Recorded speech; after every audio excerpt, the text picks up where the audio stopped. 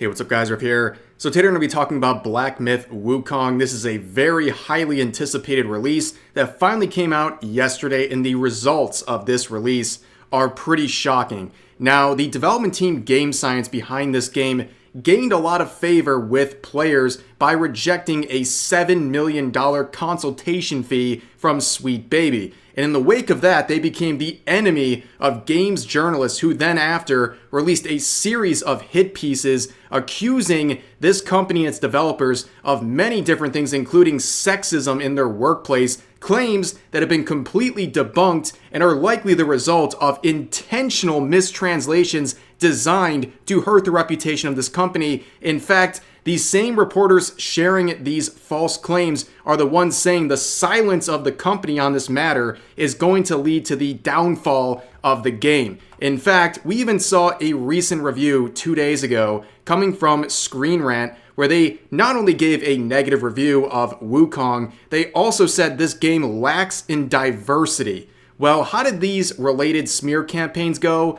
Not so well. Here are the numbers from earlier today on the Black Myth Wukong Steam page. As you can see, a very overwhelmingly high percentage of positive reviews, and at one point reaching a total player number of 2,125,000 players in-game at once.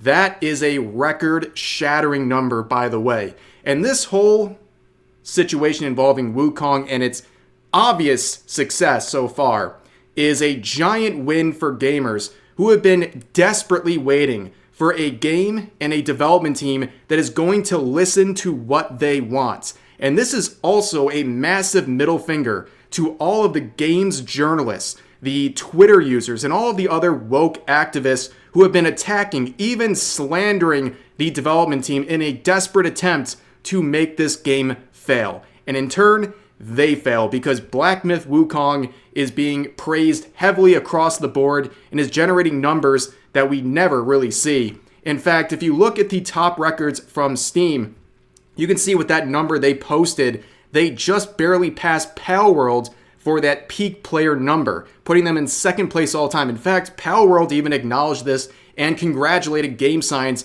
for achieving this very impressive number. And when you look at the titles in this top records list, they completely blow any single player game out of the water. The number is going to be very hard to beat in the future. It's going to have to be an incredibly hyped up and very good quality game to achieve something like that. So it's very clear. Gamers chose Wukong. They chose the monkey, okay? What did they not choose? Well, a lot of other disasters that we've been talking about over the past couple of weeks and months. And here's a small snapshot of those games. So everything you're looking at right now is either a recent Sweet Baby product or a game that was heavily promoted by games journalists, the same ones who have been attacking Wukong and its development team. As you can see, they are abject failures, whether it's the small games that are barely even achieving a room full of players at their peak height in the last 24 hours, or the big AAA titles like Suicide Squad, Kill the Justice League, which achieved an all-time peak of 13,000 players. Compare that to the 2.1 million of Wukong. And on top of that, nowadays, only a few months after the release, they can barely get a peak over 200 in the last 24 hours. These games have completely flopped, and it's not surprising. They are infected with Sweet Baby. And Wukong and Game Science saw the trend. Not only have they had a history of not wanting woke nonsense in their games, they saw Sweet Baby in the way that gamers have been responding to anything they're associated with, and they told Sweet Baby to piss off. They wanted nothing to do with them, and it's amazing how much goodwill that generated for Wukong and Game Science, and all of these games affiliated with Sweet Baby and also games journalists in general. They are terrible. They have completely bombed across the board, and really nobody should feel bad for them. In fact, in primarily the Western gaming sphere, there's an attitude of disdain from the developers towards potential customers. They are almost telling you not to buy their game, and then they're doing a shocked Pikachu face when you're not buying the game. In fact, with a lot of the titles we just looked at, the developers of those games have been spotted on social media on many occasions openly sharing their hatred of gamers, even making racist comments, starting harassment campaigns against their critics, and so on and so forth. They are no way entitled to having people purchase their game when they have such a disdain for these potential customers. However, there are some people defending these flops, okay? I saw this recent take from a few days ago from Nadeshot here, and I'm glad people are dunking on this because it is absolutely terrible. In this clip we're about to watch, he's basically blaming the gaming community for the failure of a lot of recent games. It's their fault. It's not the development team's fault. Nobody else's. It's the people not buying it. He believes that the gaming community wants things to fail. There's something weird that has happened in the gaming community. I'm serious too when I say this. For some reason, everybody in the gaming community wants games to fail. It's very bizarre. Like, the whole thing with X-Defiant is still, like, stumps me to this day. People complain about not having enough games to play, but when new games come out, even before they have played it, they're like, that game sucks, I'm not going to play it. Listen, man, if we keep tearing down these studios trying to make good games, like, yeah, not every single one is going to be fun, and not every single one is going to be a hit. But if we're sitting here, like, preying on its downfall before the game even comes out, what do you think's going to happen? Nobody's going to be investing in gaming and making new games. Like I said, I'm glad people are dunking on this take because it is an absolute deflection of blame.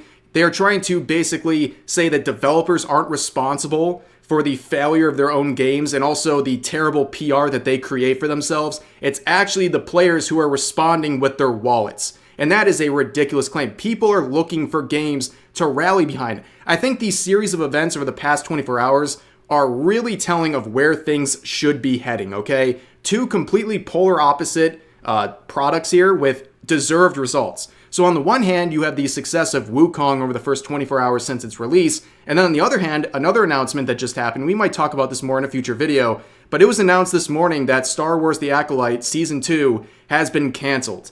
And that feels very much deserved. However, much like this claim from Nadeshot, the supporters of Star Wars The Acolyte are trying to blame the people who were critical of the show or did not want to watch the show at all. They are blaming those people for the downfall of Star Wars The Acolyte, when in reality, it lies with the people who created the show and the people who are trying to support it as some sort of an agenda push. It is their fault. Star Wars The Acolyte made the decision to make a product that resembles nothing that Star Wars has stood for many years. And then the Star Wars fans tuned out and they spent all of their time and attention catering to a loud but niche corner of the internet that represents places like Twitter. And that's already a small number of people and a small number of potential views. And then those people propping up Star Wars The Acolyte for whatever culture war they're in, they didn't even watch anyways. It's their fault. It's not the fault of people who said, I don't like what I'm seeing, I'm not going to watch that. It's the fault of the creators and the people who were pandered to but didn't show up anyways. That's the fault here. And having those two events come together is just perfect. And that's like a very similar claim that we saw with this clip we saw from Nadeshot here.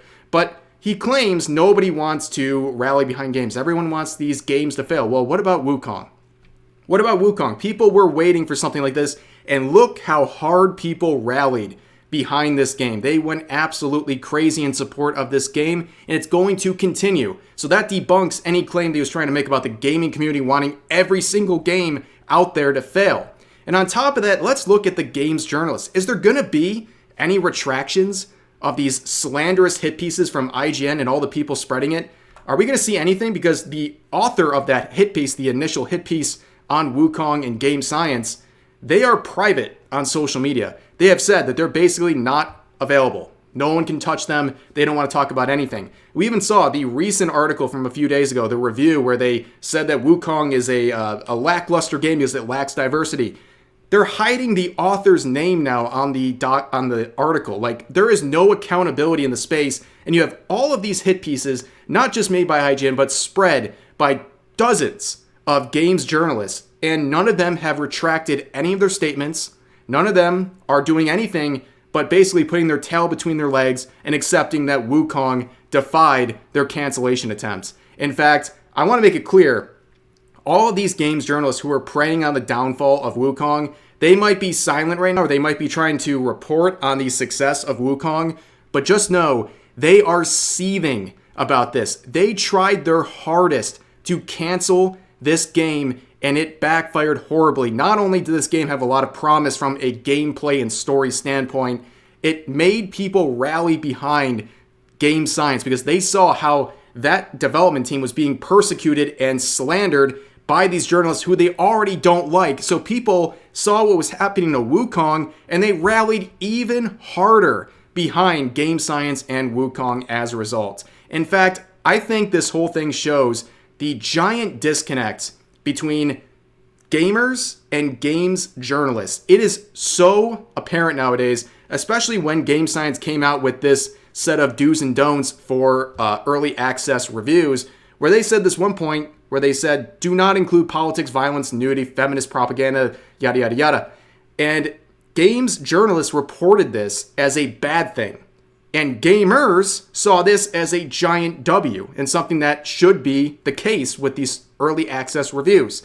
That shows the disconnect between the two. And I don't think there's really going to be anything that closes the gap between gamers and games journalists at this point. They have gone completely mask off. Their values are completely different from gamers. They have an open disdain for gamers, and that's also reflected in developers who are putting out shoddy products. But it's not apparent with the developers at Wukong, like Game Science. There is not a disconnect between what they want and what gamers want, and that is why they are succeeding so hard. So it is really great to see the success of Black Myth Wukong representing what gamers want, and the numbers are showing it.